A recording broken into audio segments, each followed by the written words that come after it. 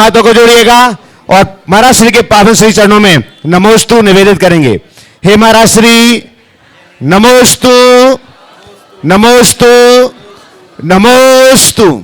शंका समाधान के इस दिव्य सत्य को आगे बढ़ाने के लिए हम पूज्यवन मुनि श्री संधान सागर जी महाराज जी के पावन श्री चरणों में नमोस्तु पूर्वक निवेदन करते हैं। हे महाराज श्री, नमोस्तु नमोस्तु नमोस्तु।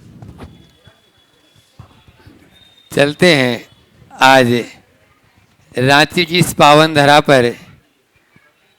यह एक नहीं दो नहीं पहले हो चुके तीसरे पंच कल्याण के निमित्त आज गुरुदेव के साथ में हमें भी आने का सुअवसर प्राप्त हुआ और इसमें शंका समाधान का आज ये सत्र अपन प्रारंभ करें गुरु चरणों में नमोस्तु पूर्वक। प्रथम प्रश्न के लिए मैं बुला रहा हूँ एकता बढ़ जात्या रांची। बोलो। गुरुदेव, मेरे हृदय में बहुत ही लंबे समय से एक गहरी आस्था और भावना चल रही है। बार बार मन में यह विचार आता है कि जब भी जिनवानी की अलमारी को इधर उधर शिफ्ट होता देखती हूँ तो मन में बहुत पीड़ा होती है और ऐसा विचार आता है कि जिनवानी जैसी दिव्य धरोहर को एक निश्चित स्थान होना चाहिए। इसी भावना को लेकर मैं अत्यंत विनम्र भाव और श्रद्धा से शंका समाधान प्रणीता से प्रार्थना करती हूँ कि कृपया इस पवित्र संकल्प को अपने ध्यान में रखें और हमें मार्गदर्शन दें कि शास्त्र स्थान कहाँ और किस रूप में बनना चाहिए। आपकी प्रेरणा मिल जाए तो दिव्य कार्य जरूर साकार होगा। यह केवल विचार नहीं, मेरे हृदय की बहुत ही गहरी और सच्ची भावना है। नमोस्तु। आपने जो भाव व्यक्त किया है बहुत ही प्रशंसनीय भाव है। मंदिरों की संरचना में एक स्थान है श्रुताराधन कक्ष। वर्तमान में मंदिर बनते हैं, स्थान की सुलभता न होने से ये सब चीज़ें लोग ध्यान में नहीं रखते। श्रुताराधन यानी ऐसा स्थल जहाँ लोग शास्त्रों का अध्ययन कर सके, उनकी आराधना कर सके। मंदिर में रहती है, लेकिन ये बात बिल्कुल सही है कि आजकल अध्ययन की रुचि कम हो गई। स्वाध्याय कक्ष का लगभग अभाव जैसा है और कहीं है भी तो पुस्तकें बेतरतीब रखी रहती है। ज़्यादातर पूजा की किताबों तक तो लोग अपना मतलब रखते हैं, बाकी से कोई उतना मतलब नहीं रखते। आपके सवाल के माध्यम से मैं पूरे देश भर के लोगों से ये कहना चाहूँगा कि हर मंदिर में एक ऐसा स्थल बनाओ जो स्वाध्याय कक्ष के रूप में जाना जाए। वहाँ हमारे शास्त्र हों और एक ऐसा वातावरण हो कि पढ़ने वाले का मन लगे, क्योंकि वातावरण का हमारे मन पर बड़ा गहरा असर पड़ता है। हम किस वातावरण में स्वाध्याय कर रहे हैं।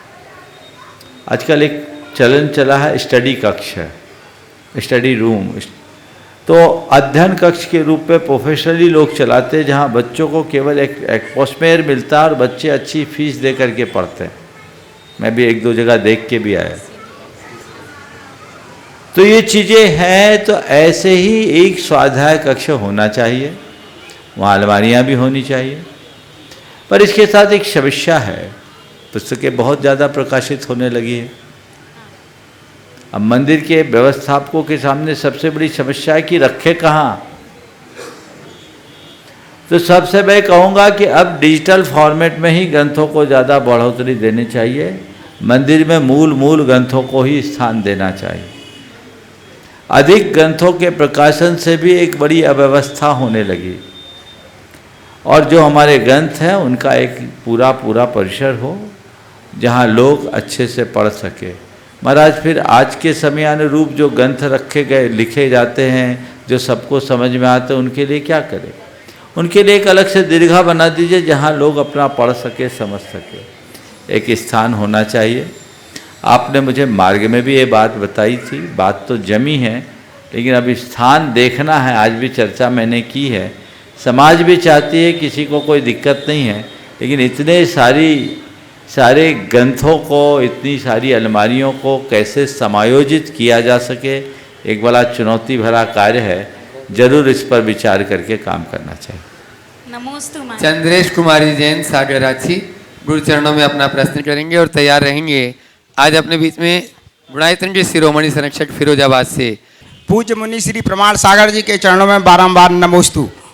महाराज जी, मैं जानना चाहता हूँ कि प्रतिक्रमण में हस्तिपाल राजा की सभा में जो निषिद्धिकाएँ हैं उनके लिए नमस्कार किया गया है, वो हस्तिपाल राजा कौन था और वो निषिद्धिकाएँ कैसी थी? मतलब हत्तीवाल सहाय, हत्तीवालाय सहाय, ये हम लोग पूजा में पढ़ते हैं, ऐसा प्रतिक्रमण में पढ़ते हैं। भगवान महावीर की अंतिम देशना हस्तिपाल राजा की सभा में हुई। ये पावापुर के पास ऐसा उल्लेख मिलता है। यद्यपि इसका स्पष्ट उल्लेख नहीं है, लेकिन इसका यही अर्थ लगाया जाता है, उसको उस रूप में देखना चाहिए जहाँ उनकी अंतिम देशना की। ओ नितिन जी जैन फिरोजाबाद से गुणायतन जी शिरोमणि संरक्षक। मेरे गुरुवर को मेरा फरीदाबाद दिगंबर जैन समाज की ओर से त्रिवार नमोस्तु नमोस्तु नमोस्तु। महाराज जी, मेरा मार्गदर्शन कीजिए कि हमें अपने जीवन में कर्तव्यों का किस तरह से पालन करें, जैसे धर्म के क्षेत्र में और व्यापार के क्षेत्र में पीछे मुड़ के नहीं देखना पड़े। पहले तो मैं चाहूँगा इस युवा भाई का जोरदार अभिनंदन करें। एक ऐसा युवा है जिसने अपने पिता को सरप्राइज गिफ्ट में एक शिरोमणि संरक्षक बनाया, बिना बताए कि मुझे बनाना है। आज अपने पिता के लिए बहुत लोग बहुत कुछ करते हैं, लेकिन इस तरह का काम करने वाले कोई विरल ही होते हैं। एक बार इस युवा का जोरदार अभिनंदन करें। आज हर क्षेत्र में तन मन धन से जुट करके ये काम करते हैं। आपने पूछा अपना कर्तव्य को करते हुए धर्म क्षेत्र और व्यापार क्षेत्र में ऐसा कैसे बढ़े कि पीछे मुड़ के ना देखें। देखो,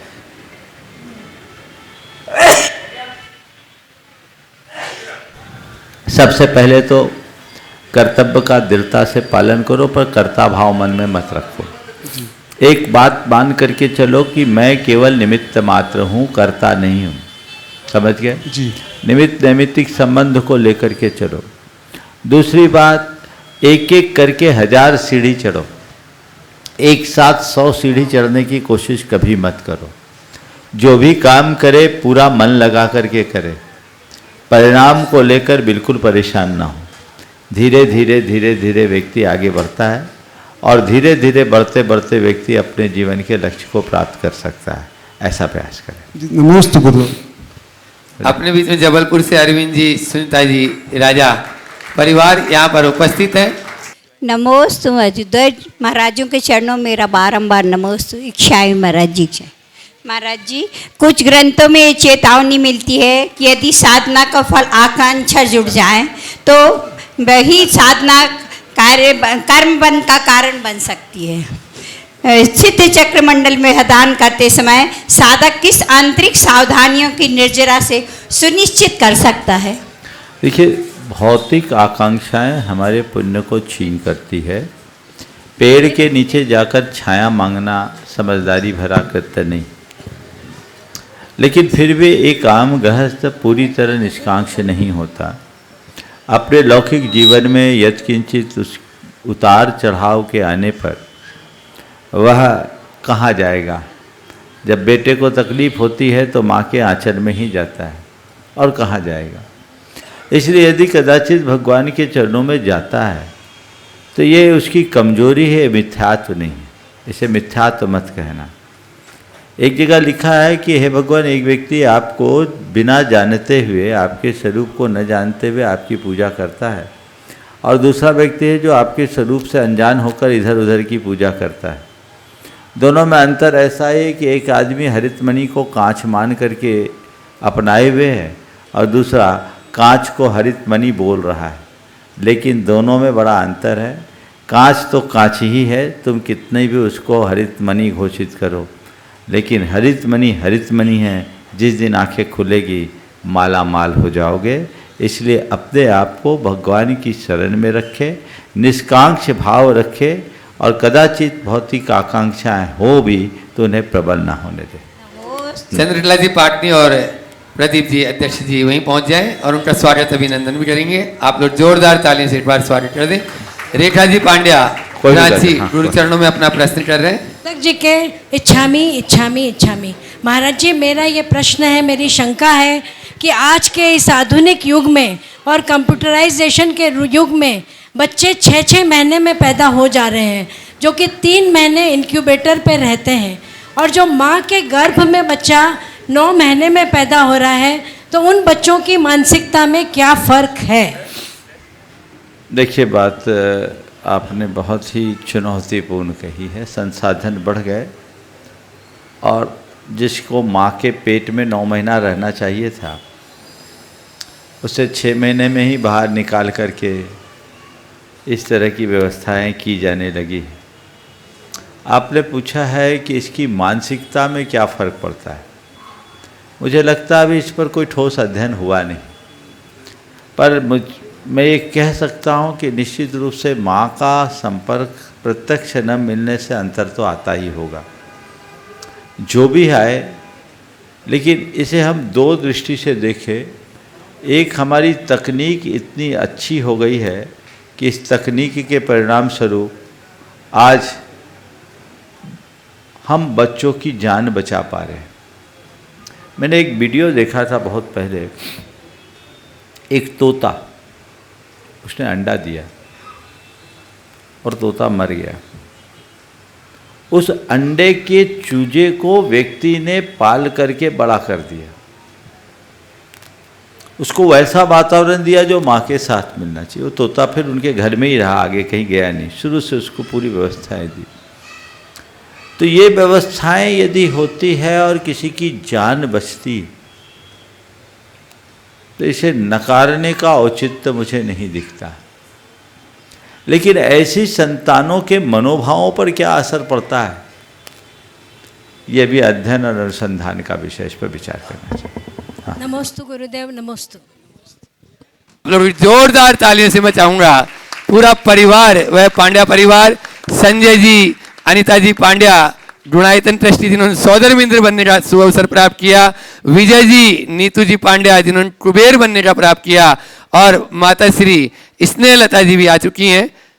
आगे महाराज श्री के चरणों में आप लोग आ जाओ। नमोस्तु नमोस्तु नमोस्तु। हाँ। हे महाराज श्री, भगवान की कृपा से, आपके आशीर्वाद से आज हम दोनों भाइयों को पंचकल्याणक में मुख्य पात्र बनने का सौभाग्य प्राप्त हुआ। इसके लिए कोटि कोटि नमन, कोटि कोटि वंदन। हे महाराज श्री, ये हमारे किस पुण्य का उदय है कि आज हमें आपके सामने खड़े होने का मौका मिला और ये पात्र बनने का सौभाग्य प्राप्त हुआ। सब थोड़ा अंदर है। निश्चित आज आपको ये सौभाग्य प्राप्त हुआ है, ये परम पुण्य के उछाल के परिणाम स्वरूप ही हुआ है। वर्षों से आपकी भावना थी, आज साकार हो गई।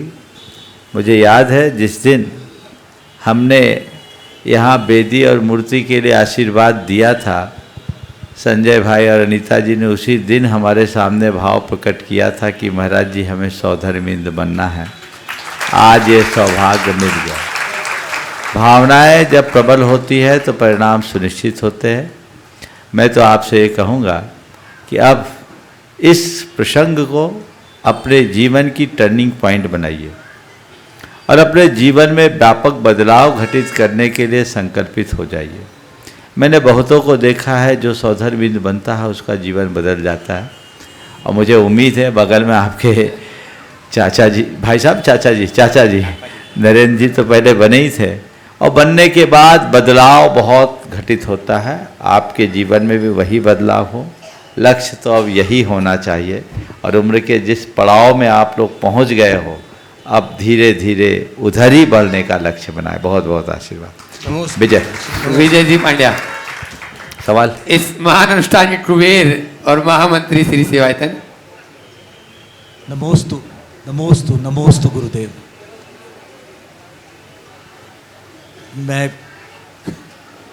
मैं व्यक्त नहीं कर पा रहा हूँ। मैंने सोचा नहीं था, मेरे मन में भाव थे कि मैं सामान्य इंद्र बन करके इस अनुष्ठान में पूरे मन से और एंजॉय करते हुए इस अनुष्ठान का भाग बनूंगा। तीसरी बार आज मौका मिला पंचकल्याणक में बैठने का, रांची में ही। उस समय आपके आशीर्वाद से, बड़े भाई की प्रेरणा से मेरे को भी मन में भाव आया कि मैं भी और नज़दीक से इसमें जुड़ सकूं तो जुड़ जाऊं। मेरा कोई प्रश्न अब नहीं है। जुड़ गए हो, जुड़ जाओ। बहुत बहुत धन्यवाद। आशीर्वाद। चलो हाँ, इस महान अनुष्ठान के ध्वजा रोहण करता माता रही प्रश्न नहीं हाँ चलो। श्रीमती चंद्रकला जी पाटनी है, हमारा परिवार पूरा नीलेश है। अगला हाँ ठीक है। अगला। और उसके बाद में तैयार रहेंगे जिन्होंने शांतिनाथ भगवान की मूर्ति का पुण्यार्जन प्राप्त किया। महायज्ञ नायक मेरी हाँ, तरफ से महायज्ञ नायक राकेश जी रारा। मेरी तरफ से जगत के सब जीवों की तरफ से मुनिराजों के चरणों में नमोस्तु, शुल्लक जी महाराज के चरणों में इच्छामी। महाराज जी, ध्वजारोहण सबसे पहले होता है तो इसका महत्व क्या है?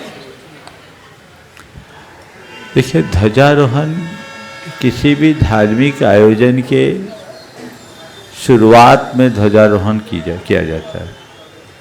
ध्वजारोहण के पीछे कई दृष्टिकोण। जब हमने कहीं ध्वजारोहण कर दिया यानी वहाँ झंडा गड़ गया, अब वो स्थल उस पवित्र अनुष्ठान के लिए अधिग्रहित हो गया। अब वहाँ हम कोई भी धार्मिक अनुष्ठान अच्छे से कर सकते हैं। दूसरा, ध्वजारोहण इसलिए भी किया जाता है कि ये सारे आयोजन प्रभावना के, और ध्वजा हमारे प्रभावना का प्रतीक है। तो इस धर्म प्रभावना का जो भी नैमित्तिक कार्य है उसमें ध्वजारोहणकर्ता को पूरा श्रेय प्राप्त होता है।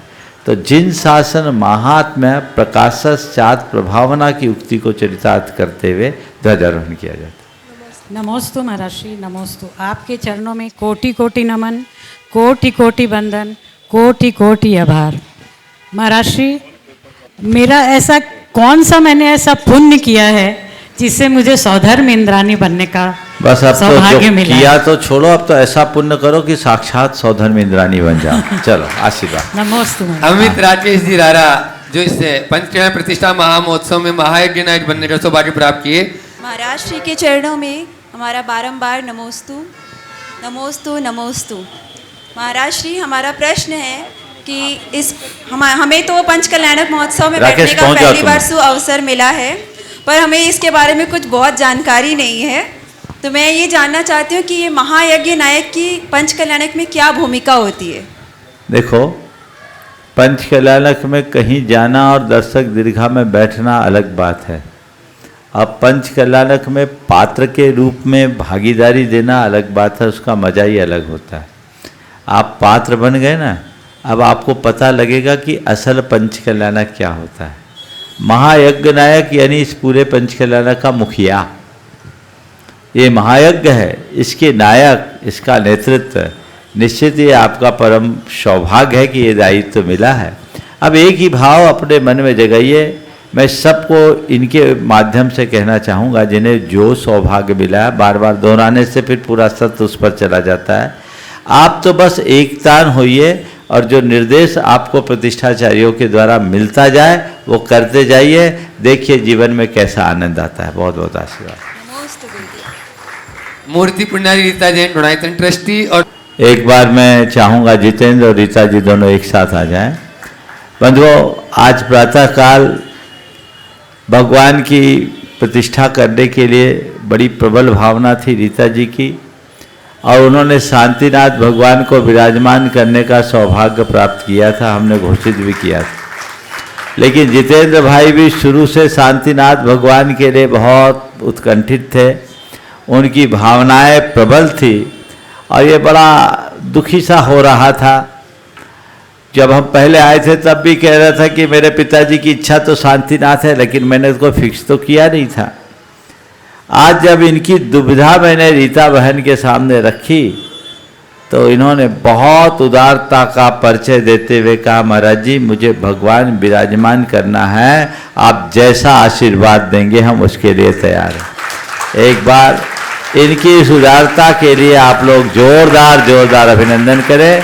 और ये कार्यक्रम थोड़ा परिवर्तित हो गया है। अब रीता जी ने जो संकल्प लिया उस संकल्प को दोहराते हुए उसी संकल्प में जितेंद्र भाई शांतिनाथ भगवान को विराजमान करेंगे, और रीता जी जितेंद्र के संकल्प के अनुरूप कुंठनाथ भगवान को विराजमान करेंगे। एक बार इनका जोरदार जोरदार अभिनंदन करें। दोनों ने आपस में ही ये कर लिया तो आपकी हमारी दुविधा अपने आप दूर हो गई। नमोस्तु महाराष्ट्री, जैसा महाराष्ट्री का आशीर्वाद आदेश। नमोस्तु महाराष्ट्री, नमोस्तु। महाराष्ट्री, मेरा एक प्रश्न है। जब भी हम अर्घ चढ़ाते हैं पूजा करते समय, तो हम 3 कम 9 करोड़ मुनियों की चरणों में भी अर्घ चढ़ाते हैं। तो जो यह उत्कृष्ट संख्या है, यह कभी प्राप्त हुई है या किसी समय में एक साथ 3 कम 9 करोड़ मुनिराज हुए हैं? ऐसा कोई अधिकतम हो सके तो इतने हो सकते हैं, लेकिन ये रेयर से रेयर। लेकिन हम लोग तो है बनिया, जब करना है तो फिर पूरा ही करो, अधूरा क्यों करो। तो जो अधिकतम है उनकी हम वंदना कर लेते हैं। ठीक। आज जिन्हें यज्ञ नायक बनने का सुअवसर प्राप्त हुआ, श्री अशोक जी, ममता जी, रवि कुमार जी, गुंजा जी।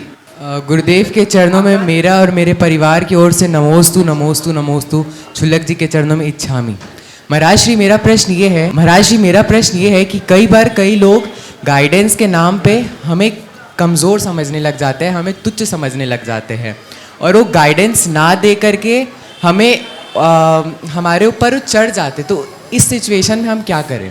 देखो, सबसे पहली बात तो हर किसी से गाइडेंस लेना नहीं चाहिए, हर किसी को गाइडेंस देना नहीं चाहिए। यदि कोई व्यक्ति अनपेक्षित सलाह दे रहा है तो उन्हें अत्यंत विनम्रता से दोनों हाथ जोड़ करके कहें कि कृपया आप हमें हमारे ऊपर रहने दीजिए, मुझे जब आपकी ज़रूरत होगी आपसे परामर्श कर लूँगा।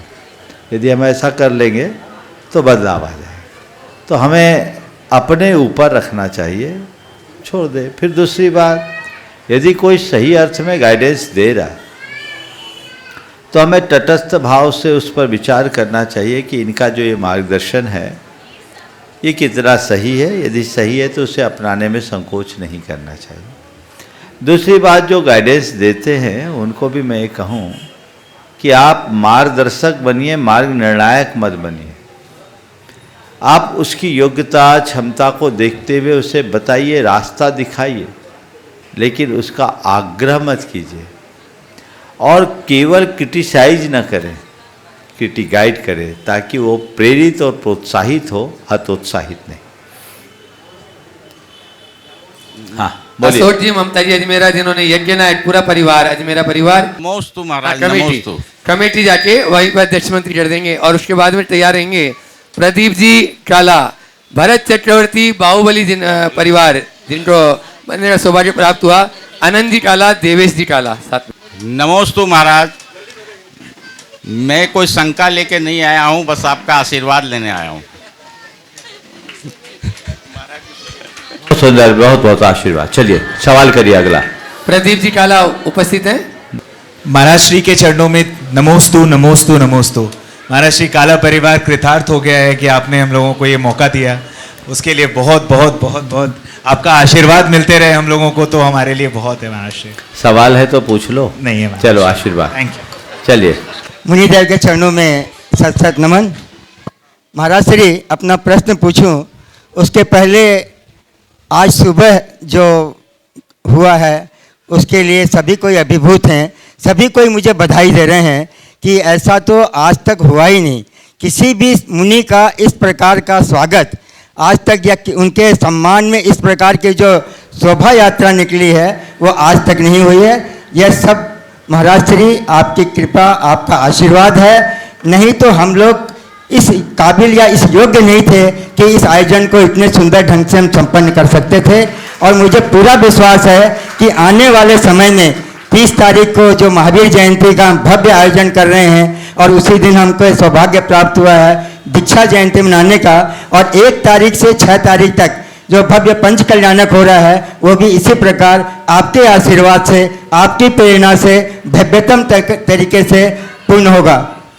महाराज श्री, एक प्रश्न मेरे मन में आया है कि हम सभी वातावरण से, परिस्थितियों से बहुत जल्दी प्रभावित हो जाते हैं। परिस्थितियां हम पर भारी हो जाती है। हम गुरुओं से यही समझते आए हैं, सुनते आए हैं कि हमें परिस्थितियों से प्रभावित नहीं होना चाहिए।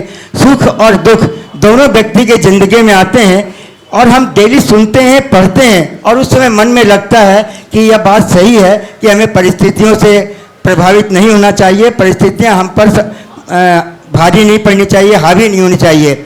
हम परिस्थिति, लेकिन जब ऐसी परिस्थिति आती है तब पता नहीं क्यों स्वतः एक ऐसा होता है कि हम उनसे प्रभावित होने लगते हैं। जब खुशी की कोई बात आती है तो हम बहुत ज़्यादा खुश हो जाते हैं, और थोड़ा सा भी जब विपरीत परिस्थितियाँ आती है तो हम बहुत दुखी हो जाते हैं। तो महाराज जी, इसके पीछे कारण क्या है, और ऐसी परिस्थितियों पर हम प्रभावित न हो सकें उसके लिए हमें क्या करना चाहिए?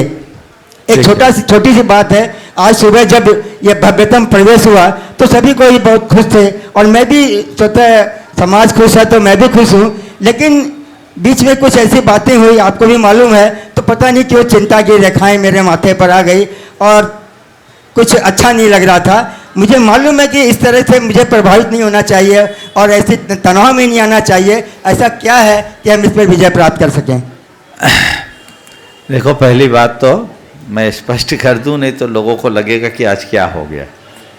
अध्यक्ष महोदय जो कह रहे हैं केवल यही था कि जितेंद्र भाई बहुत दुखी हो गया था, तो वो दुख इनको बड़ा विकल्प दे रहा था। जितेंद्र की इच्छा थी कि हमें शांतिनाथ भगवान विराजमान करना है, तो घोषणा रीता बहन के नाम पे हो गई, तो रास्ता तो निकल गया। टेंशन काहे करते हो? ये लोग मेरे पास आए, बोले कोई बात नहीं, आपस की बातें, आपस में बातें हो जाएगी, टेंशन करने का कोई काम नहीं है। इसलिए किसी तरह की बातें आप लोग मत समझिएगा। आज आप लोगों ने जिस तरह के आनंद और उल्लास की अभिव्यक्ति की है वो बहुत बहुत प्रशंसनीय है, सराहनीय है। जहाँ तक सवाल है परिस्थितियों से अप्रभावित रहने की क्षमता कैसे विकसित करें, भावनात्मक रूप से जो मनुष्य जितना मजबूत होता है वो परिस्थितियों में उतनी स्थिरता रखता है। हम लोग प्रायः भावनात्मक रूप से बहुत कमज़ोर होते हैं। भावनात्मक रूप से कमज़ोर पड़ने के कारण हमारा भावनात्मक संतुलन बहुत जल्दी खो जाता है, तो पल में मासा और पल में तोला वाला खेल हो जाता है, पल में उभार और पल में उतार आ जाता है। हर्ष विषाद के झूले में लोग झूलते रहते हैं। व्यक्ति को चाहिए कि भावनात्मक संतुलन को विकसित करे, और भावनात्मक संतुलन को विकसित करने के लिए हमें आध्यात्मिक साधना रखना जरूरी है। भेद विज्ञान, आत्मज्ञान, वस्तु स्वरूप का बोध, निमित्त नैमित्तिक संबंध का ज्ञान, ये चीजें आ जाए तो मन में रंचमात्र फर्क नहीं पड़ेगा। ये दुविधाएं केवल तब आती है जब हम अपनी काल्पनिक छवि को ही असली छवि मानने का भ्रम पाल लेते हैं। जो निमित्त से उत्पन्न हुआ है उसे ही यथार्थ मान लेते हैं। दूसरे शब्दों में कहूं तो विभाव को ही स्वभाव मान लेते हैं, नश्वर को स्थायी मान लेते हैं, पर को अपना मान लेते हैं, चीजें बिगड़ जाती हैं। जिसका भेद विज्ञान पुष्ट होता है वो जानता है ये जो बदलाव है ऊपर का, भीतर तो कुछ है ही नहीं। जब आप समय सार की गहराई में जाएंगे तो आचार्य कुंद ने एक बड़ी गहरी बात कही, न विहोदी अपमत्तो न पमत्तो जान गोद जो भावो एदम बनंति सुन्नम शुद्धम नादा जो सोद सोचेव। जो आत्म तत्व है, जो है सो है, न वो प्रमत्त है ना अप्रमत्त है। वहां ना अच्छा है ना बुरा है, ना शुभ है ना अशुभ है, न इष्ट है ना अनिष्ट है। अच्छा बुरा अशुभ, अशुभ ऊंचा नीचा, इष्ट अनिष्ट, ये मेरे मन की कल्पना है। जब मन को हम इस अभ्यास से संसाधित कर लेते हैं जीवन में सहजता आती है। और एक अनुभूत प्रयोग बताता हूं, नियमित भावना योग कीजिए। मैं सहज हूं, सहजो हम, मुझे सहज रहना है, मुझे शांत रहना है, मुझे संयत रहना है। ये बात बार बार दोहराइए, सहजो हम, शांतो हम, संयतो हम, सो हम। आप पाएंगे कि आपके जीवन में बड़ी स्थिरता है, स्टेबिलिटी होगी। आप मुझे देखते हो, आप लोग थोड़ी थोड़ी बातों में विचलित होते हो, मेरे पास आ जाते हो, लेकिन आपने कभी देखा? मेरी कोशिश रहती है कि मैं अपनी स्टेबिलिटी बनाए रखूं, स्थिरता बनाए रखूं। ज्ञान में समाधान है। अंदर अध्यात्म को आत्मसात करोगे, जीवन में मजा है। एक बात और है कि बाहर की चीजों को हम नहीं बदल सकते, लेकिन अपनी मन की परिणति तो हमारे हाथ में है। कोई मुझे गलत ना कहे, ये मेरे हाथ में है क्या? कोई कुछ भी बोल सकता है, सबके पास जबान है, मुंह है, लेकिन कोई कितना भी गलत क्यों ना कहे, मैं उसकी कोई प्रतिक्रिया ना करूं, ये तो मेरे हाथ में है ना। तो बस अपने अंदर स्थिरता, मुझे सहज रहना है, मुझे सहज रहना है, ये भाव अपने अंदर जगा ले तो निश्चित वह जीवन की एक बड़ी उपलब्धि हो। नमस्ते गुरुवर, नमस्ते। अगले प्रश्नकर्ता को मैं बुलाऊं, उससे पहले बंधुओं, इस पंच कल्याण प्रतिष्ठा महामहोत्सव में मंडल कलश स्थापन करता था जिन्होंने सौभाग्य प्राप्त किया, ऐसे भाटचंद जी, नीरज कुमार जी, अरिहंत जी गंगवाल हजारीबाग से अपने बीच में यहाँ पर उपस्थित है। जोरदार तालियों से उनका स्वागत करें। और मैं चाहूँगा कमेटी वहीं पर उनका स्वागत अभिनंदन करेगी। यदि उनका कोई प्रश्न है तो प्रश्न कर लें। ओ हाँ, अजय भाटचंद जी प्रश्न है? हाँ बोलिए। बोले। आज आपकी वजह से हमें जो सौभाग्य प्राप्त हुआ है, उसके लिए मैं सबको बड़ा आभारी हूँ, और आप सभी मेरे साथ हैं, इसलिए मुझे बहुत खुशी भी है। बहुत सुंदर, बढ़िया। सवाल है कोई? चलिए आर्यन, पूछना है तुझे? चलिए एक बार इनका जोरदार करतल ध्वनि से अभिनंदन कर दे। और अरुण जी को सवाल। अरुण जी गंगवाल, प्रवक्ता गुणायतन, गुरु चरणों में अपना प्रश्न कर रहे हैं और उसके बाद में तैयार रहेंगे विधिनायक पुण्यार्जक, जिनको पुण्यार्जन का सौभाग्य प्राप्त हुआ, पंकज जी सेठी, रांची। नमस्ते गुरुवर। गुरुवर, आज मेरा कोई प्रश्न नहीं है, मैं तो बराबर प्रश्न करता हूँ। मुझे आज इतनी खुशी है कि आप रांची में विराजमान हैं, मेरे जन्म स्थान पर। मैं बहुत अभिभूत हूँ और इस अभिभूत के कारण मेरा आज कोई प्रश्न नहीं है, मैं बहुत खुश हूँ। नमस्ते गुरुवर। बहुत अच्छा, चलो चलिए। पंकज सरिता सेठी, विधिनायक पुण्यार्जन करता। महाराज श्री, आज हमें पंचकल्याणक आगामी जो होने वाला है अपने यहाँ, उसमें मूर्ति विधिनायक की स्थापना का, विधिनायक को विराजमान करने का मुझे सौभाग्य प्राप्त हुआ है। तो इसका हमारे जीवन में या हमारे इस पंचकल्याण के हिसाब से क्या महत्व है? देखो, जीवन में 4 काम हर मनुष्य को शक्ति अनुसार करना चाहिए। ध्यान से सुनो। एक बार सिद्ध चक्र महामंडल विधान, एक गृहस्थ को अपने द्रव्य से सिद्ध चक्र विधान करना चाहिए। उस विधान से उसके जीवन भर के ज्ञात अज्ञात भाव से किए गए पापों का एक प्रकार से प्रायश्चित होता है। अपने जीवन काल में एक बार सौधर्म इंद्र बनो, ये महान दुर्लभ होता है। जहाँ मौका मिल जाए चूकना नहीं चाहिए। पंचकल्याणक का सौधर्म, ऐसे सौधर्म तो ठीक है, पंचकल्याणक प्रतिष्ठा महोत्सव का एक बार सौधर्मिंद्र बनो। अपने जीवन में एक बार भगवान के माँ बाप बनने का सौभाग्य अर्जित करो, पर वो भी बूढ़ापे में नहीं, जवानी में, है ना, समय पर एक बार माता पिता बनो। और अपने जीवन काल में एक बार अगर हो सके तो भगवान विराजमान करने का पुण्यार्जन करो। ये सब सातिशय पुण्य के बंध के कारण है। शास्त्र में लिखा है कि अपना धन 7 जगह लगाओ। जिन बिंब जिनागार जिन यात्रा प्रतिष्ठिकम दान पूजा सुसिद्धांत लेखनम सप्त क्षेत्र।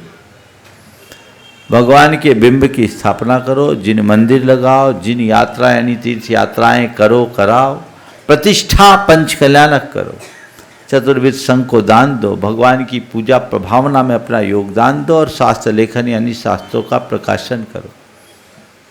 इनमें से ये जो 4 बातें मैंने आप सबसे कही, ये 7 से पुण्य के बंध के कारण है। तो भगवान विराजमान करना है तो कैसे कराएंगे? पंचकल्याणक होगा तभी कराएंगे। अब पंचकल्याणक कैसे करें? जितने भगवान है उतने के पंचकल्याणक अलग अलग तो होते नहीं, पंचकल्याणक किसी एक का होता है। तो उसके लिए शास्त्र में एक विधि नायक के रूप में भगवान के चयन का प्रसंग होता है। सबसे पहले सारे संस्कार उन्हीं विधि नायक पर होते हैं और विधि नायक के निमित्त से फिर अन्न में प्रतिष्ठाएं होती है। आज आपका बड़ा प्रबल पुण्य का योग मिला है कि आपको ऐसे विधि नायक को विराजमान करने का सौभाग्य मिला। विधि नायक विराजमान करो, हर कोई तो आप विधि नायक तो एक ही होते हैं, तो भगवान विराजमान करो। आज जिन परिवारों को ये सौभाग्य मिला निश्चित भाग्यशाली है। और अब भगवान भी तो सीमित ही रहते हैं। पहले मैंने कह दिया एक भगवान विराजमान करो तो फिर तो लाइन लग जाएंगे मंदिर में। महाराज ने कहा हमें तो यही करना यही करना यही करना, ऐसी व्यवस्था नहीं करना। अब तो आपके यहाँ सीटें सब फुल है। अब कोई व्यवस्था यहाँ अभी तभी होगी जब कोई नया मंदिर बनेगा। क्यों ऐसे ही है ना? ये पास भी कर देना अपनी कमेटी में, क्योंकि जगह नहीं है, बेदियाँ फुल है।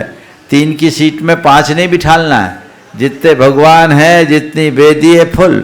अब किसी को भगवान विराजमान करना रांची में तो एक मंदिर की जुगाड़ करवाना, भगवान विराजमान करवा देंगे, उसके पहले नहीं। तो ये व्यवस्थाएं होनी चाहिए। नहीं तो क्या, मैं इसलिए ऐसा बोल रहा हूँ क्योंकि इस तरह के भगवान विराजमान करने के पुण्य के से प्रेरित होकर हर कोई माना विराजमान करना माना विराजमान करना, कहाँ करोगे? जगह तो चाहिए ना। गुरुदेव से पूछा था आपने सहस्कूट क्यों रचा? बोले इसलिए कि जिनको जिनको सौभाग्य नहीं मिला वो सौभाग्य प्राप्त कर ले। और कभी कोई ऐसा काल का प्रकोप भी आए तो हमारी एक एक मूर्ति जिन शासन की गाथा गाते रहे। ऐसे जहां कहीं मौका मिले करना चाहिए। तो आपको ये सौभाग्य मिला है, निश्चित तौर पर ये आपके जीवन का अनुपम सौभाग्य। रीता जी गुरु चरणों में अपना प्रश्न करें। और ब्रह्मचारिणी सुनीता दीदी बांसा। हम सभी के परम उपकारी गुरु प्रमाण सागर जी महाराज, संतान सागर जी महाराज के चरणों में कोटि कोटि नमन। महाराज श्री ये आज ही का सीन है कि महाराज श्री के आहार के बाद मतलब आज ही का बात है कि घर में जो वातावरण बनता है कि सभी मतलब ब्रह्मचारी भैया, प्रतिमाधारी दीदी, सभी लोग जब भोजन करते हैं, आज ही हम मम्मी को बोल देते हैं मम्मी ऐसा लगता है कि स्वर्ग उतर के आ गया है, बहुत अच्छा लगता है हमेशा।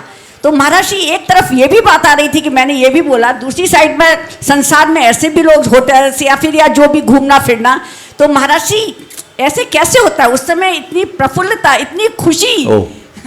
देखो जिसकी जैसी रुचि होती है ना उसकी वैसी मति होती है। आपका इंटरेस्ट इधर क्रिएट हो गया तो आपको आनंद है, और जिनके लिए पार्टी साटी ये सब कुछ है उनको वहीं आनंद है।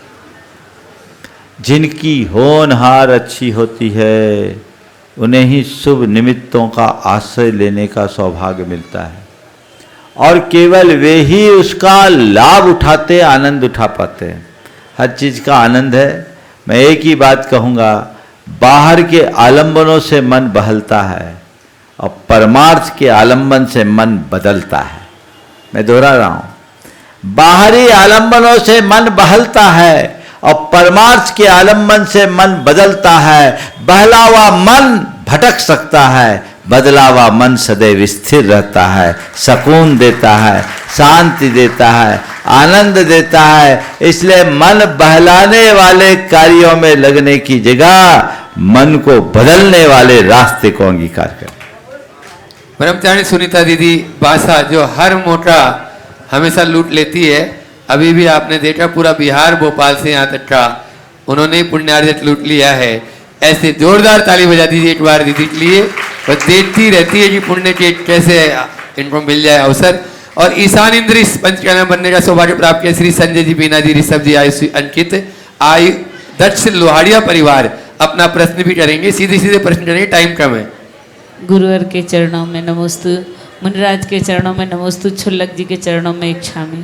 महाराज जी, आपने जो 4 बातें बताई, एक सिचक मंडल विधान करना, एक भगवान विराजमान करना, एक स्वधर्म इंद्र बनना और एक माता पिता बनना, हम लोग तो कुछ बन ही नहीं सकते हैं। हाँ, तो माता पिता नहीं बनो, माता जी बन जाओ ना, झगड़ा ही खत्म।